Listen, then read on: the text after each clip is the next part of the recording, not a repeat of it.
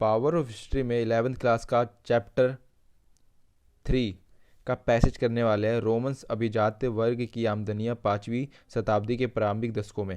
क्योंकि गाइस ये 5 मार्क्स के आपके एग्जाम में आते हैं तो बहुत इंपॉर्टेंट है, यूँ आपके दिमाग में फिट हो जाएगा। ये कहानी बहुत सिंपल सी कहानी है गाइस। होता है क्या है कि रोम के ऊंचे घरानों में प्रत्येक के पास अपने आप में एक बहुत कुछ मौजूद था, ठीक है। एक मध्यम आकार के शहर में हो सकता है, ठीक है।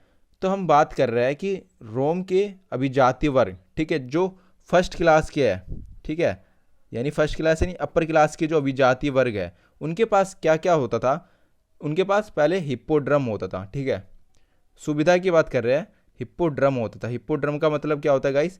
एक घोड़ दौड़ का मैदान, यानी जहाँ पर घोड़े को दौड़ाया जाता है। इसके अलावा क्या था वहाँ पर मंच थे और मंदिर थे अनेक, ठीक है। इसके अलावा फव्वारे थे, यानी जितनी भी आलीशान चीज़ें थी इनके पास थी, क्योंकि फर्स्ट क्लास में पैदा हुए थे। और विभिन्न प्रकार के स्नानागार थे, ठीक है,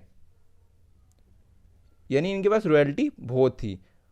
और इन्होंने बताया कि जो प्रथम श्रेणी के अभिजात्य वर्ग है ना गाइस, प्रथम श्रेणी के अभिजात्य वर्ग, उनके पास हिप्पोड्राम, मंच मंदिर, यानी मंच मंदिर, अनेक मंच और मंदिर थे, फव्वारे थे, स्नानागार थे, ये सब सुविधा उन्हें मिल रखी थी। इसके अलावा क्या था गाइस कि बहुत से रोम परिवार, ठीक है, रोमन परिवार की बात कर रहे हैं, यानी इसी में जुड़ा हुआ है सब कुछ। रोमन परिवार जो अमीर वर्ग है वो क्या है, उन्हें प्रतिवर्ष 4000, ठीक है गाइस, याद रखना, 4000 पाउंड सोने की आय प्राप्त होती थी। जो उनकी इनकम थी गाइस इतनी ज़्यादा थी ना, जो 4000 क्या होती थी उन्हें संपत्ति से प्रतिवर्ष 4000 पाउंड सोने, यानी सोने की आय होती थी। पाउंड में यानी जैसे इंडिया में रुपीस होता है वैसे ही वहाँ पे पाउंड होता था उस समय। तो सोने की आय होती थी उन्हें, क्योंकि अमीर वर्ग थे गाइस, इनके पास इतना था, जिसमें अनाज, शराब और अन्य उपज शामिल नहीं थी। यानी इसमें जो इनकी 4000 चीज़ है, 4000 रुपये 4000 पाउंड सोने की आय जो कमा रहे, इसमें क्या क्या सम्मिलित नहीं है? अनाज नहीं है, शराब नहीं है और उपज नहीं है।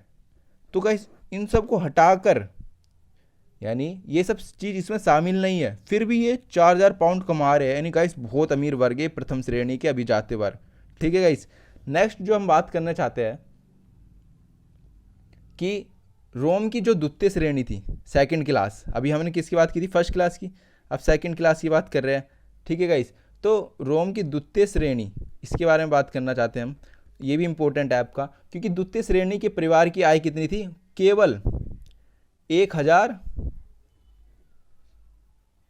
या मान लीजिए 1500 पाउंड, ठीक है, ये इनकी आय थी। इन्हीं क्या बोलते हैं? द्वितीय श्रेणी। यानी फर्स्ट क्लास में कौन आ रहा है? जो 4000 इनकम कमा रहे हैं, और सेकंड में कौन आ रहा है? जो 1000 से या 1500 के बीच इनकम कमा रहे हैं। तो ये हमारी कहानी थी। इसमें बस डिफरेंस बताया गया कि प्रथम श्रेणी और द्वितीय श्रेणी में क्या अंतर था। प्रथम श्रेणी को ज़्यादा सुविधा मिल रही है, आप देख सकते हो, और द्वितीय श्रेणी में थोड़ी कम मिल रही है। आते हैं हम अपने क्वेश्चन पे। क्वेश्चन क्या कहता है? सो गाइस हमारा क्वेश्चन नंबर फर्स्ट कहता है कि हिप्पोड्रोम का क्या अर्थ था? तो हिप्पोड्रोम का क्या अर्थ है? एक घोड़दौड़ का मैदान, ठीक है। फर्स्ट क्वेश्चन हुआ पहले मार्क्स का।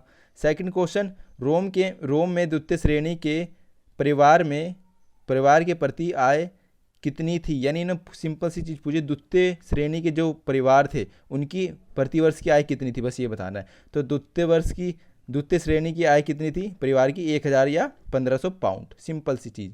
नेक्स्ट क्वेश्चन नंबर थर्ड, ये 2 मार्क्स का था गाइस। अब सेकंड यानी थर्ड क्वेश्चन, रोम के ऊंचे घरानों के आसपास, यानी रोम के ऊंचे घरानों के पास क्या क्या संसाधन थे? ये भी 2 मार्क्स का है आपका। तो क्या क्या संसाधन थे? एक हिप्पोड्राम था, अनेक मंच मंदिर थे, उनके पास फव्वारे थे, स्नानागार थे, रोमन परिवार थे, इसके अलावा 4000 पाउंड इनकम कमाते थे सोने की आय में। ओ भाई, तो गाइस ये इनके पास सुविधा थी। ये हमारे 5 मार्क्स का क्वेश्चन हो गया है, क्योंकि इलाइट वर्ग था ये, यानी अमीरों का वर्ग था, इसके पास ज़्यादा सुविधा थी। आई होप आपको समझ आया हो।